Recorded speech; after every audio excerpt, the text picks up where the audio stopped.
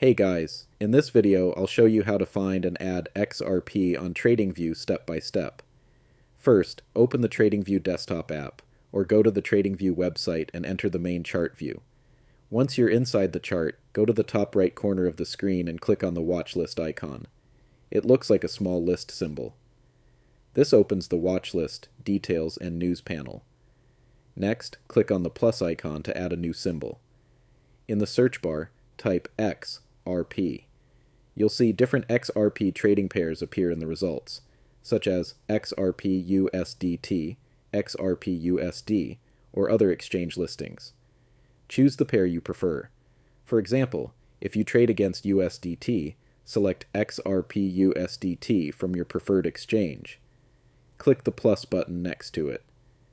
Now, when you select XRP from your watch list, you'll see that it has been successfully added to your chart. And that's it.